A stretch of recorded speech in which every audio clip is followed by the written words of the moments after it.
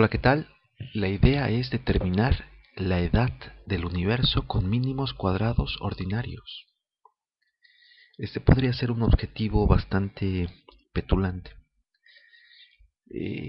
pero en realidad es que no nos estamos basando ahora mismo en datos de la economía ni nada, son datos de la astrofísica.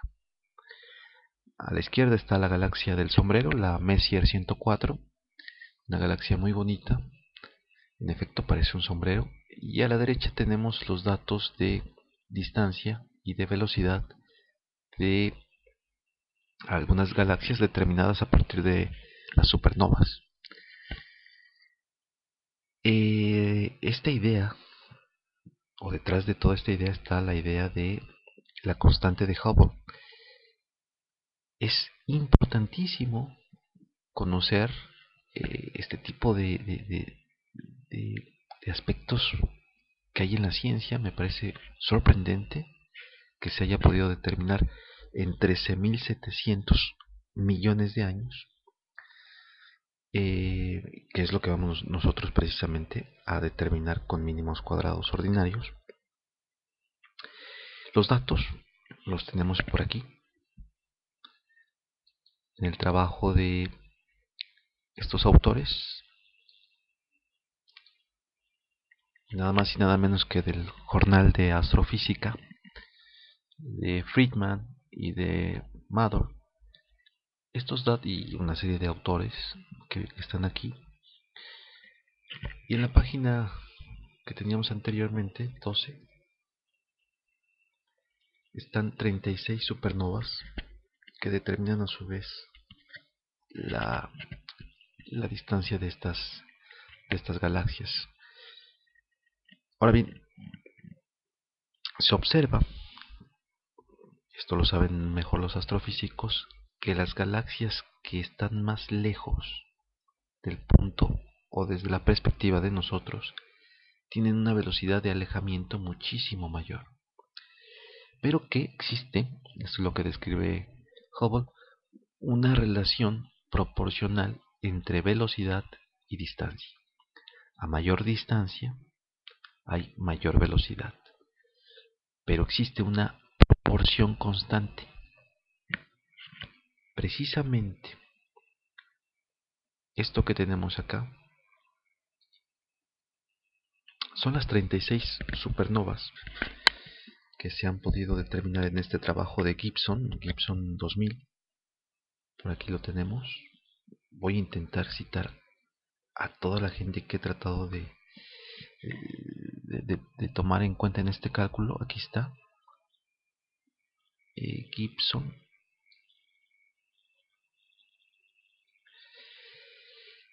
Él hace, además, en esto que sabrán, insisto, los astrofísicos mucho mejor que yo, está la idea de corregir la metalicidad de estas galaxias, y a partir de esta corrección se supone que obtienen mejores resultados o un resultado más exacto, porque hay muchos cálculos de la constante de Hubble. Aquí hay, por ejemplo, otros datos. Estos no los vamos a utilizar, estos sí, son 36 observaciones. Bien, insistir que no soy ni mucho menos un conocedor de astrofísica, y que por tanto se debe de ponderar mi intromisión solamente en el sentido de utilizar prácticamente los mínimos cuadrados ordinarios para calcular algo tan sorprendente como es la edad del universo. Bien, vamos a hacer las cosas con calma. Observemos con detenimiento que en efecto a mayor distancia existe una mayor velocidad. Por supuesto, se esperaría que las galaxias que están determinadas por las supernovas, que están muy lejos de nosotros, su velocidad sea muchísimo mayor, pero exista por lo mismo una mayor probabilidad de error. Precisamente estos autores que están aquí que son realmente los que me hicieron plantear el poder hacer un ejercicio de este tipo. También del Jornal de Astrofísica del 2010. Ellos lo que plantean es dos tipos de cálculo para calcular precisamente la constante de Hubble. Uno es mediante MCO y otro mediante densidades de probabilidad. Aquí están las figuras. Ellos plantean precisamente esto. Aquí está la página de donde se obtuvo esta información. Ellos obtienen precisamente esto. Aquí está en la pantalla precisamente las dos estimaciones. El grado de inclinación de esa línea es precisamente la constante de Hubble. Lo que está en rojo, lo tenemos ahí, es un estimador que se hace mediante la corrección de las funciones de densidad. Lo que está en negro está calculado por MCO. La constante es de 70.67. Ahora veremos qué, porque esto de las unidades tiene su anécdota. Sacar la inversa de 70.67 no te da inmediatamente, ni mucho menos los años. Hay que hacer una serie de cálculos, pero que es una cuestión de variables, de dimensiones. Bien. Entonces aquí están las dos constantes. La de cálculo de MCO, que está en negro, y la calculada, la corrección que ellos plantean que se debe de hacer mediante las funciones de densidad, y que ellos lo mencionan aquí, lo toman de un trabajo del 69 de Hingley, que está en biométrica. Bien, el asunto que plantean ellos es más o menos el siguiente. Ellos van a obtener una línea de regresión sin constante. Por tanto, se acordarán ustedes que eso se obtiene con la sumatoria de y, esto que tenemos aquí, la sumatoria de y por la variable x, en este caso es distancia, sobre la sumatoria de la distancia al cuadrado. Bien, este es el coeficiente beta de MCO cuando estamos en una línea de regresión que no tiene constante. Ellos plantean, sin embargo, que a partir de lo que plantea Hingley, que existe un error precisamente a la hora de calcular la variable x, es decir, la variable de distancia. Puede ser que precisamente a la hora de calcular o de observar las supernovas exista un término de error. Ese término de error puede ser que esté falseando un poco, sesgando el estimador de la constante de Hubble. Aquí está el punto donde ellos hacen la diferencia entre MCO y la función de densidad, de probabilidad. Ellos ahí plantean, aquí está, este es lo que ellos plantean que debería de calcularse. Se plantea aquí en términos de el valor esperado de y por x sobre el valor esperado de x al cuadrado. Sin embargo, el valor de x al cuadrado, es decir, la variable distancia, o la variable proxy de distancia, no es el valor real, es el valor empírico, pero que implica un error. Porque el valor real de distancia, que es precisamente este que está aquí, ese es el que debería de calcularse. Pero como no es el observable, como siempre va a haber un término de error, lo que se plantea aquí es precisamente desplegar matemáticamente esto. En conclusión, ellos plantean que lo que se está calculando con MCO es en el numerador el valor esperado de I por D, pero que además está dividido esto, haciendo una serie de transformaciones entre la varianza de la distancia, que es la variable real que se quisiera tener, más un término de error, la varianza de delta. Ellos lo plantean precisamente que es el valor de este error en la variable que se mide en la distancia.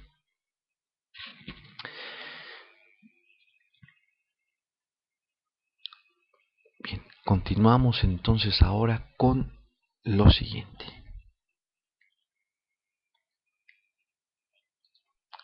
Tenemos los datos aquí. Se puede observar que la distancia tiene una distribución en los datos, la cual se acumula mucho más en esta parte, de 50 a 300 megaparsecs. Después explicaremos esto de megaparsec, pero un megaparsec es una unidad de distancia, de longitud. La velocidad evidentemente es una unidad, una variable, mejor dicho, cuyas dimensiones evidentemente está en términos de distancia por unidad de tiempo.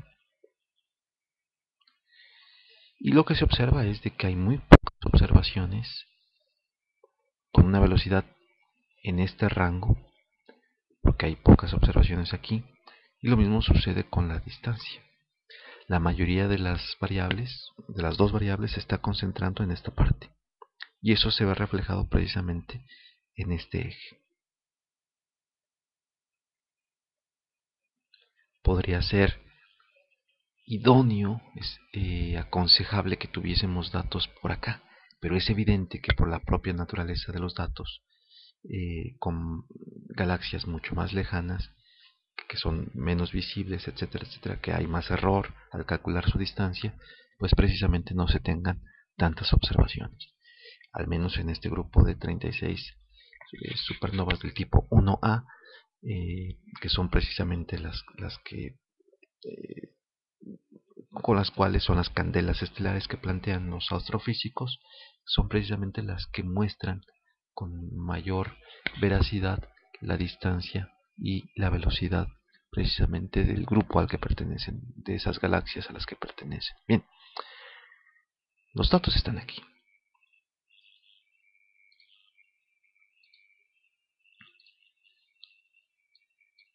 Lo único que hacemos es evidentemente esto. Como variable dependiente está la velocidad y como variable independiente está la distancia. Generalmente nosotros utilizamos el término constante. Si esto fuera cierto, el estimador sería de 67.5. Pero en realidad lo que ellos hacen es obtener un valor, valor de regresión o los coeficientes de regresión sin la constante. ¿Por qué? Porque se asume que a una distancia cero la velocidad debería de ser cero. Precisamente estamos hablando o determinando aquí en este punto la idea de que el universo se originó en un momento determinado y había por tanto distancia cero y una velocidad cero. Bien, vamos a ver qué sucedería en este primer caso. Es 67 sin la constante. ¿Qué es lo que ellos hacen? 70.66, precisamente lo que ellos obtienen.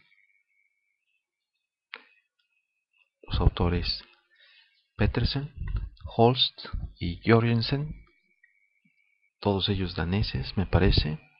Aquí está, del Departamento de Bioestadística de la Universidad de Copenhague. Bien, estos autores lo que plantean precisamente es, aquí se menciona,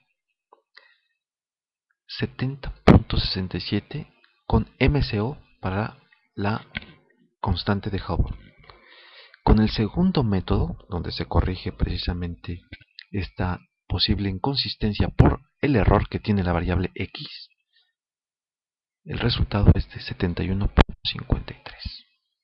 Si nosotros invertimos estas constantes, calculamos inmediatamente la edad del universo.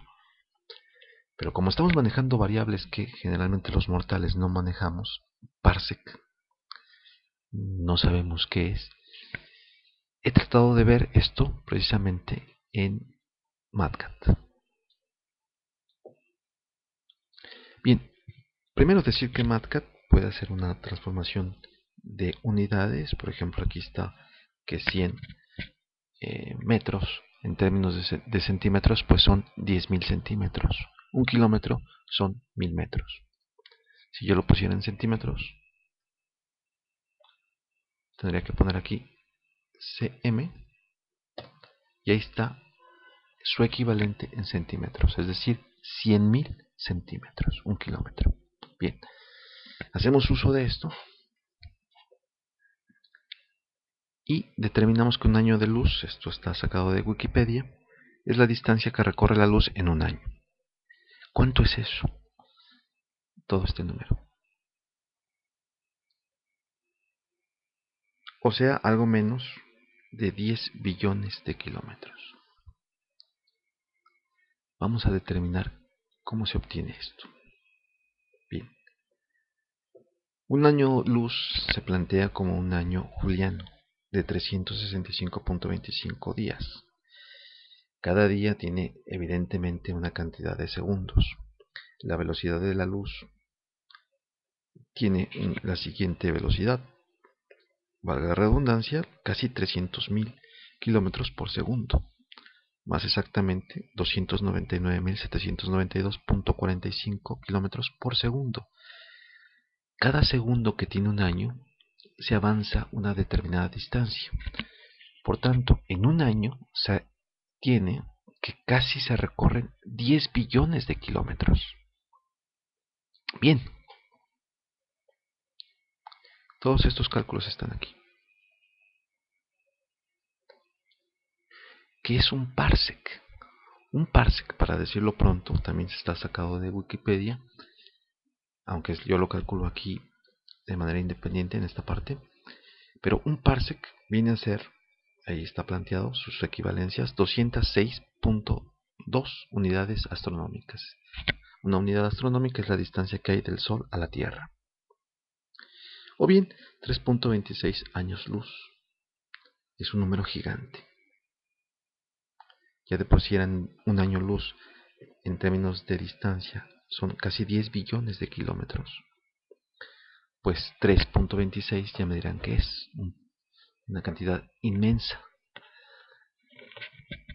En fin, aquí está hecho el cálculo en términos de kilómetros, está aquí. 3.26 años luz son toda esta cantidad de kilómetros.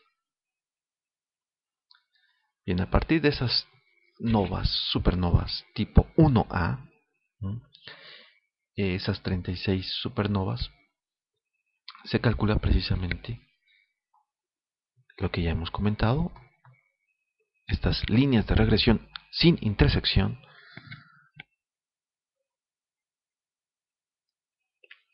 Aquí hacemos ahora el cálculo de la inversa de la constante de Hubble. Ya hemos determinado por mínimos cuadrados ordinarios el 70.67. Lo hemos hecho aquí con Ibius. Aquí está.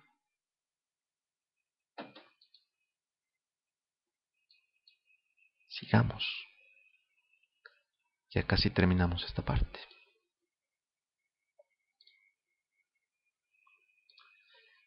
Bien. 70.67. ¿De acuerdo? Es una relación de varias unidades. Por un lado estaría los kilómetros por segundo. Esa es las unidades dimensionales de la velocidad, mientras que las de distancia son kilómetros.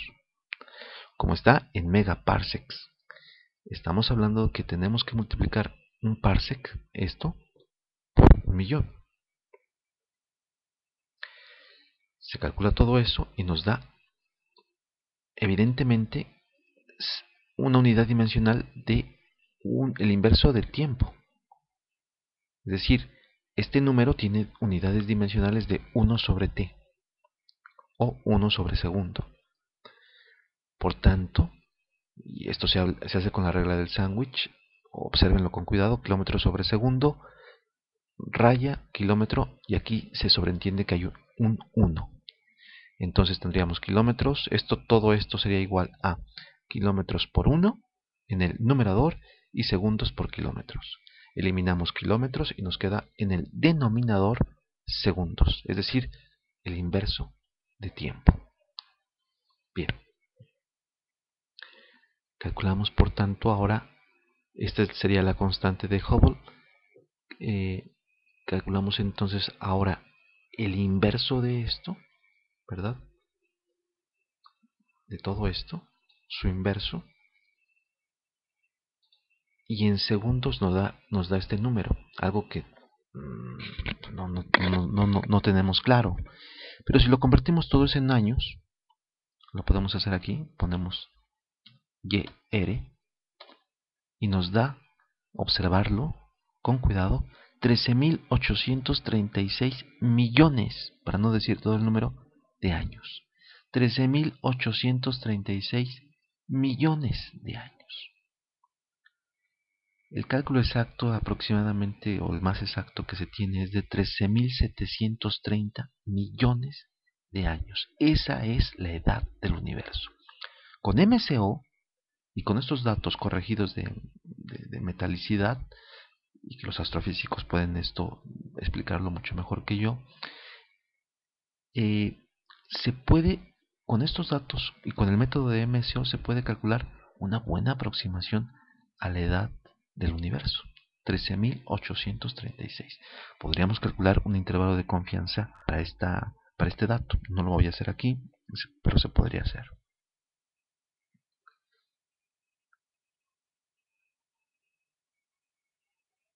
Vamos a comparar los dos métodos que utilizan estos autores.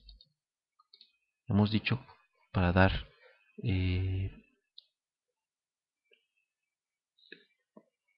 para citarlos adecuadamente, Petersen, Holst y Jorgensen. Bien, plantean ellos por mínimos cuadrados ordinarios y por la función de densidad, corrigiendo ese problema de que la variable de velocidad está o puede tener un término de error. Bien, ellos calculan 71.53. El inverso de eso nos da 13.670 millones de años.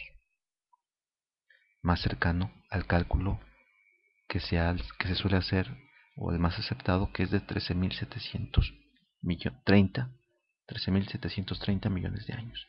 Y esto se ha hecho, por cierto, a partir no solo de la constante de Hubble, sino también a partir de otro método que los astrofísicos pueden determinar también y explicar mucho mejor que yo, que es las partículas de fondo. Después del Big Bang, supuestamente, esa gran explosión, hubo una gran cantidad de átomos que explotaron, y se supone que esos átomos, esa luz que se emitió, esa energía que se emitió en ese instante, en el instante del Big Bang, hasta la fecha de hoy, es decir, 13.730 millones de años después, o según el cálculo de MCO, 13.836 millones de años, están emitiéndose todavía ahora partículas que están en su versión microondas. Y se puede notar, por cierto, esto lo escuché en un programa de divulgación científica, se puede ver este tipo de partículas precisamente a partir incluso de un televisor, de esos televisores analógicos en los cuales se observa cuando no están los canales viéndose, cuando tenemos apenas conectada la antena, se observa en la pantalla esos puntos luminosos que no son ninguna imagen en sí, pero que precisamente pueden ser capturados por un televisor, precisamente esas emisiones de microondas que vienen del Big Bang. Bien, a partir de esta metodología la emisión de partículas de fondo, se calcula algo similar, 13.700 millones de años. A partir de la inversa de la constante de Hubble, podemos determinar algo similar por mínimos cuadrados ordinarios, 13.836 millones de años. Para que se tenga una mejor idea de este número, la edad de la Tierra se calcula en 5.000 millones de años, casi la mitad de esto. La humanidad tiene aproximadamente los Homo sapiens y en fin, una serie de primos y demás de los Homo sapiens a cerca de 50.000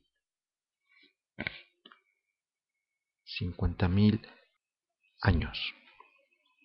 Hay todavía otras especies que tienen una antigüedad mucho mayor, pero se puede situar más o menos en 50.000 la edad del Homo sapiens o algunos vestigios de él. La edad de la Tierra, 5.000 millones de años. La edad del universo es 13.836 millones de años. Y esto lo podemos calcular también a partir de los mínimos cuadrados ordinarios. Me parece que es sorprendente llegar a un cálculo como este. Al menos a mí me ha sorprendido gratamente y creo que estaríamos gustosos de escuchar a los astrofísicos hablar sobre temas de este tipo, ¿no? Pero, insisto, a mí me agradó, me sorprendió un cálculo de este tipo. Es como la sorpresa que tiene uno al escuchar aquella idea de Eratóstenes de calcular la circunferencia de la Tierra a partir de muy pocos datos y de muy pocas observaciones. Eratóstenes hace ese tipo de cálculos. Pues esto que hace Hubble de relacionar la velocidad y la distancia y a partir de ello construir y llegar a indagar un cálculo como la edad del universo, me parece también fascinante. 13.836 con MCO. Bien, le dejamos aquí. Hasta la próxima.